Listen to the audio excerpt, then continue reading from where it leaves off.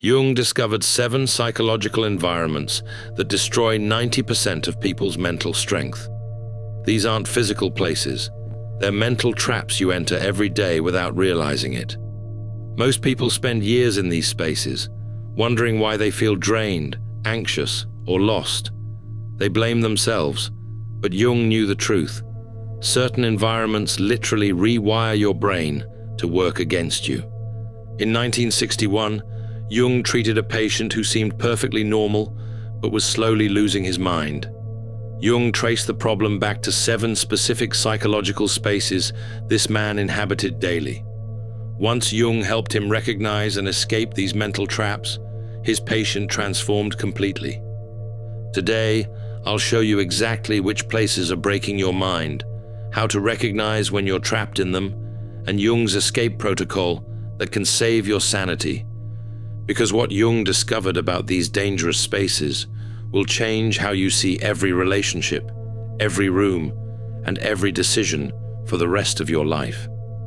The first and most dangerous place Jung identified is the echo chamber, where every voice around you mirrors your own thoughts, beliefs, and biases back to you until they feel like absolute truth. Jung's patients spent hours each day in social clubs and political gatherings where everyone shared his exact views, fears about social changes, and anger towards certain groups. He thought he was staying informed, but Jung realized he was getting psychologically poisoned. Here's what happens to your brain in an echo chamber. Your neural pathways literally weaken. Dr. Matthew Lieberman's research at UCLA shows that when you're never challenged, your critical thinking muscles atrophy like unused limbs. Jung called this collective possession, when group thinking replaces individual thought. The patient stopped questioning anything because questioning felt like betrayal. His worldview became rigid, fragile, and terrified of different perspectives. The warning signs you're trapped in an echo chamber. You can predict what everyone around you will say about any topic. Different opinions feel personally threatening rather than intellectually interesting. You've stopped asking, "What if I'm wrong?" about your core beliefs. Your conversations reinforce rather than challenge your thinking. Jung discovered that people in echo chambers don't just stop growing, they start shrinking. Their minds become smaller, more fearful, and more dependent on the group for psychological safety. But this is just the beginning of how these places destroy you. Because echo chambers make you mentally weak, therefore you become vulnerable to the second dangerous place, the comparison arena, where your worth is measured against everyone else's achievements and status. Jung's patient, already fragile from echo chamber thinking, started obsessively comparing his life to others in his social circle. Every success story from acquaintances felt like personal failure. Every achievement felt meaningless because someone else had accomplished more. Dr. Rachel Calagero's research at the University of the West of England proves what Jung observed. Constant comparison literally shrinks the prefrontal cortex, the part of your brain responsible for self-worth and decision-making. Here's the psychological trap. Comparison doesn't motivate you to improve. It trains your brain to find inadequacy everywhere. Jung called this the inflation-deflation cycle. You either feel superior or inferior, never simply yourself. The patient told Jung, "I got promoted at work, but all I could think about was how my college friend became CEO faster. His achievements became meaningless because they weren't relative victories." Warning signs you're trapped in the comparison arena. Other people's success makes you feel like a failure. You achieve goals but feel empty because someone did it better. You edit your life to match what looks successful rather than what feels right. Your happiness depends on being ahead of others. Jung realized this place is particularly deadly because it disconnects you from your own values and desires. You stop pursuing what brings you joy and start chasing what brings recognition. But the third place is even more insidious. Before we continue, you need to understand the science behind why these places are so dangerous. Modern neuroscience has proven Jung's observations about environmental psychology. Dr. Daniel Siegel's research shows that toxic psychological environments trigger chronic cortisol release, which literally shrinks your hippocampus, the brain region responsible for memory and emotional regulation. But here's what Jung understood before neuroscience could prove it. These places don't just damage you temporarily.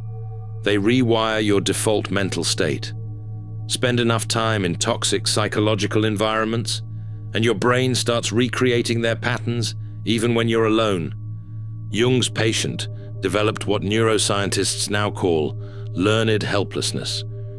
His brain had been trained by these environments to expect failure, criticism, and inadequacy. Even in safe spaces, he couldn't relax because his neural pathways had been carved by psychological danger. This is why Jung said, "Until you make the unconscious conscious, it will direct your life, and you will call it fate." These places program your unconscious mind to work against you. The most disturbing part? Most people don't realize they're being programmed because the damage happens gradually, subtly, beneath conscious awareness. The third dangerous place Jung identified is the performance theater, where authenticity is punished and you're rewarded only for wearing the right mask. Jung's patient worked in a corporate environment where showing any vulnerability was career suicide. He learned to laugh at jokes that weren't funny, agree with ideas he opposed, and hide any part of himself that didn't fit the company culture. Jung called this persona identification, when the mask you wear becomes the only identity you recognize. The patient told Jung, "I don't know who I am anymore. I've been performing for so long that the real me feels like a stranger." This place is psychologically deadly because it trains you to abandon yourself gradually. Each compromise feels small, but they compound into complete self-betrayal. Dr. Kristin Neff's research on self-compassion shows that people trapped in performance theaters develop severe inner critics. They internalize the harsh judgment of these environments and carry it everywhere. Warning signs you're in a performance theater. You feel exhausted after social interactions, not energized. You catch yourself agreeing with things you don't believe. You're afraid to share opinions that might be unpopular. You feel like you're wearing a costume that you can't take off. Your real thoughts and feelings seem dangerous or inappropriate. The patient described it perfectly. "I became so good at being what others wanted that I forgot what I wanted. And when I tried to remember, there was nothing there." Jung realized this place doesn't just hide your authentic self, it erases it, layer by layer, compromise by compromise, until you're a hollow performance with no core. Because performance theaters teach you to hide your real self, therefore you become trapped in the fourth dangerous place, the silent suffering space, where emotional needs are buried under the illusion of stability. Jung encountered this constantly in his practice. Patients from perfect families, where love was assumed but never expressed, where problems were ignored rather than addressed, where keeping up appearances mattered more than genuine connection. The patient Jung treated came from exactly this type of family. "We never fought," he told Jung, "but we never really talked either. I learned that having needs was selfish and expressing pain was weakness." This space creates what Jung called emotional starvation. Your emotional needs don't disappear when ignored. They fester in the unconscious, creating anxiety, depression, and inexplicable emptiness. Dr. Sue Johnson's research on attachment shows that emotional suppression in relationships literally dysregulates the nervous system. Your body stays in a state of chronic stress because your emotional needs are constantly unmet. The most dangerous aspect of this place is how normal it feels. The patient told Jung, "I thought we were a close family because we never had conflict. I didn't realize that avoiding conflict also meant avoiding intimacy." Warning signs you're trapped in silent suffering. You feel lonely even when surrounded by people. You've learned to cope with pain rather than heal from it. Asking for emotional support feels selfish or weak. You have strong feelings but nowhere safe to express them. Peace in your relationships feels brittle, like it could shatter if you're too honest. Jung discovered that people in this space develop a profound disconnection from their own emotional reality. They know something is wrong, but can't name it, because naming it would break the family or group's unspoken rules. The fifth dangerous place is the exact opposite of silence, the chaos storm, where constant mental stimulation drowns out your inner voice until you can't hear yourself think. Jung's patient lived in this state constantly, newspapers demanding his attention, radio programs feeding anxiety, social gatherings draining his energy, work demands following him home. He filled every quiet moment with reading, conversation, or activity because silence felt unbearable. But Jung realized this wasn't preference, it was avoidance. The patient was afraid of what he might discover in stillness, unresolved pain, difficult decisions, or parts of himself he didn't want to face. Dr. Adam Ghazali's research at UCSF shows that chronic mental stimulation literally impairs your ability to form coherent thoughts and make clear decisions. Your prefrontal cortex becomes overwhelmed and starts making impulsive choices just to reduce cognitive load. Jung called this psychic fragmentation, when your attention is so scattered that you lose the ability to integrate experiences into wisdom. The patient consumed enormous amounts of information, but couldn't make sense of any of it. Here's the trap. Chaos becomes addictive. Your brain adapts to high stimulation and starts craving more intense input to feel normal. Quiet moments trigger anxiety because your nervous system has forgotten how to self-regulate. Warning signs you're trapped in the chaos storm. Silence makes you immediately reach for a book, newspaper, or turn on the radio. You have strong opinions about everything, but deep understanding of nothing. You feel busy, but can't remember what you accomplished. Slowing down triggers anxiety rather than peace. You consume information constantly, but feel empty inside. The patient told Jung, "I stay busy because when I stop, all the things I'm avoiding catch up with me, but I'm so tired of running." Because the chaos storm teaches you to avoid your inner voice, therefore you become vulnerable to the sixth dangerous place, the self-abandonment chamber, where you systematically ignore your own needs, instincts, and truth. This is the most insidious place because it happens gradually. You say yes when everything inside screams no. You stay in relationships that drain you because leaving feels harder than enduring. You choose comfort over authenticity, safety over growth. Jung's patient described it perfectly. "I became so good at ignoring my gut instincts that I stopped having them. I made every decision based on what others expected, what seemed practical, or what would avoid conflict." Dr. Bessel van der Kolk's research on trauma shows that chronic self-abandonment literally disconnects you from your body's wisdom. You lose the ability to recognize what you need, want, or feel, because those signals have been consistently overridden. Jung called this soul loss, not a mystical concept, but a psychological reality where you become estranged from your own core self. The patient said, "I felt like I was living someone else's life. I couldn't remember the last time I made a decision based on what I actually wanted." This place is particularly dangerous because it masquerades as maturity, responsibility, or selflessness. Society often rewards self-abandonment, making it harder to recognize as a problem.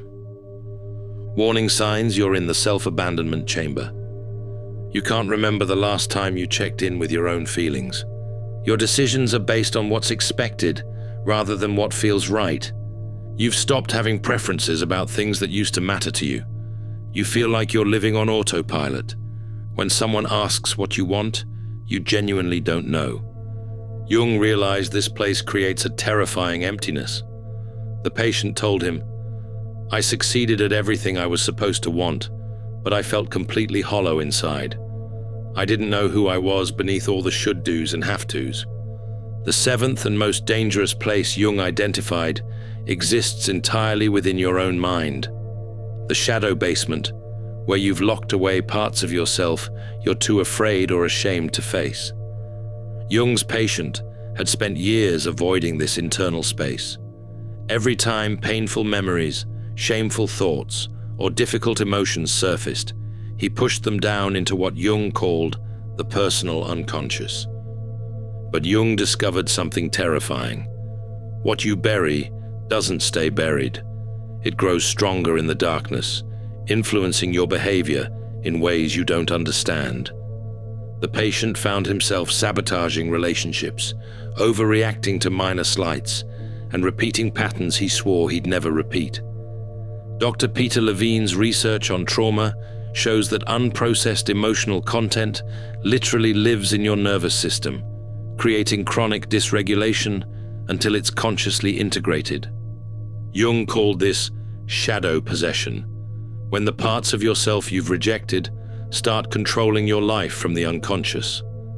The patient told Jung, "I became everything I hate about my father, but I couldn't see it happening until the damage was done." The shadow basement is dangerous because avoidance gives these rejected parts more power, not less.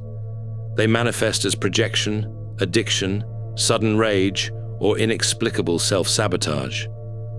But here's what Jung discovered. The shadow also contains tremendous power and creativity. The patient's anger, once integrated consciously, became passionate advocacy. His sadness became deep empathy. His shame became fierce compassion for others struggling with similar issues. Warning signs you're avoiding the shadow basement. You have strong emotional reactions that surprise you. You repeat relationship patterns despite knowing better. You judge others harshly for traits you secretly fear in yourself. You have persistent anxiety or depression with no clear cause. You feel like you're fighting an invisible enemy inside yourself.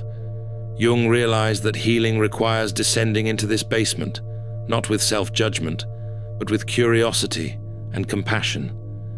Now that you can recognize these 7 dangerous places, how do you escape them? Jung developed what he called the individuation process, a systematic approach to psychological freedom. Step 1. Conscious recognition. You can't leave a place you don't know you're in. Jung's patient had to honestly assess which of these environments he inhabited daily. This requires brutal honesty, without self-judgment. Step 2. Environmental audit. Examine every space you regularly enter, physical and digital. Jung taught that awareness transforms unconscious influence into conscious choice. Ask yourself, does this environment help me grow or keep me small? Step 3. Strategic withdrawal. You don't need to abandon your life, but you must limit exposure to toxic psychological environments. Jung's patient started with small changes, limiting time in toxic social circles, setting boundaries with negative people, creating daily periods of solitude and reflection. Step 4. Conscious integration. This is where Jung's approach becomes revolutionary. Instead of just avoiding negative environments, you must consciously create positive ones. Seek out people who challenge you kindly, environments that support growth, spaces where authenticity is valued. Step 5. Shadow work. Jung believed that until you face what you've hidden in the shadow basement, you'll unconsciously recreate toxic patterns everywhere you go. This requires therapy, journaling, or other methods of bringing unconscious content into awareness. Step 6. Regular maintenance. Jung discovered that psychological freedom requires ongoing vigilance. These dangerous places are seductive because they offer false comfort, easy belonging, or familiar patterns. You must consciously choose growth over comfort, truth over convenience. The patient told Jung after 6 months, "I didn't realize how much mental energy I was spending in those toxic spaces. Now that I've left them, I feel like I have my mind back." Jung documented remarkable transformations when people escaped these psychological traps. His patient's story became a blueprint for thousands of others seeking mental freedom. Within 3 months of leaving the echo chamber, the patient's critical thinking improved dramatically. He started questioning his assumptions, seeking diverse perspectives, and making decisions based on evidence rather than groupthink. After escaping the comparison arena, he discovered interests and goals that were genuinely his own. He stopped measuring his worth against others and started pursuing work that aligned with his values rather than his image. Leaving the performance theater was harder because it required disappointing people who preferred his mask to his authentic self. But Jung taught him that relationships based on false performance aren't real relationships at all. The silent suffering space required learning entirely new communication skills. The patient had to practice expressing needs, setting boundaries, and asking for support, skills his family had never modeled. Escaping the chaos storm meant developing tolerance for stillness, boredom, and the anxiety that initially arose in quiet moments. But Jung knew that wisdom only emerges in contemplative space. The self-abandonment chamber required the scariest change, making decisions based on his own truth rather than external expectations. This meant disappointing some people, but it also meant finally living authentically. The shadow basement work was ongoing, but each integration made him more whole, more compassionate, and less likely to project his issues onto others. Jung observed that people who escape these places don't just feel better, they become different people entirely. Their relationships improve, their decision-making clarifies, and they develop what Jung called psychological sovereignty. What Jung discovered about his patient's transformation reveals something profound about psychological environments. When you change your relationship to these spaces, you change the spaces themselves. The patient's family initially resisted his new boundaries and emotional honesty. They tried to pull him back into silent suffering because his growth threatened their familiar patterns. But Jung taught him to maintain his changes with compassion, not aggression. Gradually, his authenticity gave others permission to be real. His sister started expressing her own long-buried feelings. His father admitted to depression he'd hidden for decades. The family system began healing because one person refused to participate in dysfunction. At work, the patient stopped performing and started contributing authentically. Some colleagues felt threatened, but others were inspired. He discovered that authentic leadership was more powerful than performance-based people-pleasing. Jung called this the ripple effect of individuation. When you stop participating in toxic psychological patterns, you force those patterns to either evolve or dissolve. The patient told Jung, "I thought changing myself would make me lonely, but it actually attracted people who wanted real connection. I traded many relationships for a few meaningful ones, and it was the best exchange I ever made." This is Jung's ultimate insight about these dangerous places. They persist because we collectively agree to inhabit them. But when enough individuals choose psychological freedom, the collective environment transforms. Remember Jung's original discovery. 90% of people's mental strength is destroyed by these 7 psychological environments. But now you know something most people don't. You can choose differently. Jung's patient started as a man slowly losing his mind in spaces that felt normal, even comfortable. He ended as someone who had reclaimed his psychological sovereignty and helped others do the same. The 7 dangerous places Jung identified aren't just abstract concepts. They're real psychological environments you encounter every day. The echo chamber that confirms your biases while weakening your mind. The comparison arena that makes your achievements meaningless. The performance theater that rewards fake and punishes real. The silent suffering space that buries your needs under false peace. The chaos storm that drowns your inner voice in noise. The self-abandonment chamber where you betray yourself gradually. And the shadow basement where you lock away parts of your soul. But Jung also showed us the way out. Not through escape or avoidance, but through conscious recognition, strategic choices, and the courage to grow beyond what's comfortable. The patient Jung treated in 1961 went on to become a therapist himself. helping others recognize and escape these same psychological traps. He understood that mental strength isn't about avoiding difficulty, it's about choosing which difficulties serve your growth. Jung's final lesson: these places will always exist, and they'll always be seductive. Echo chambers offer easy belonging. Comparison arenas promise motivation. Performance theaters provide approval. Silent suffering feels like peace. Chaos storms distract from pain. Self-abandonment avoids conflict. Shadow basements hide shame. But true mental strength comes from choosing growth over comfort, authenticity over approval, and consciousness over convenience. The question isn't whether you'll encounter these dangerous places. You will. The question is, will you recognize them when you do? Will you have the courage to leave? And will you create the kind of psychological environment where others can be free too? Jung believed that the future of human consciousness depends on individuals brave enough to choose psychological freedom over collective unconsciousness. That choice starts with recognizing where you are right now and deciding where you want to be. Your mind is not your enemy, but the places you allow it to inhabit might be. Which of these 7 dangerous places have you spent too much time in? Share your recognition in the comments. Sometimes naming where we've been is the first step towards psychological freedom. Don't forget to subscribe for more insights that can transform your relationship with your own mind. If you're ready to explore more of Jung's insights about psychological transformation, check out my video on the most dangerous Carl Jung psychology sign.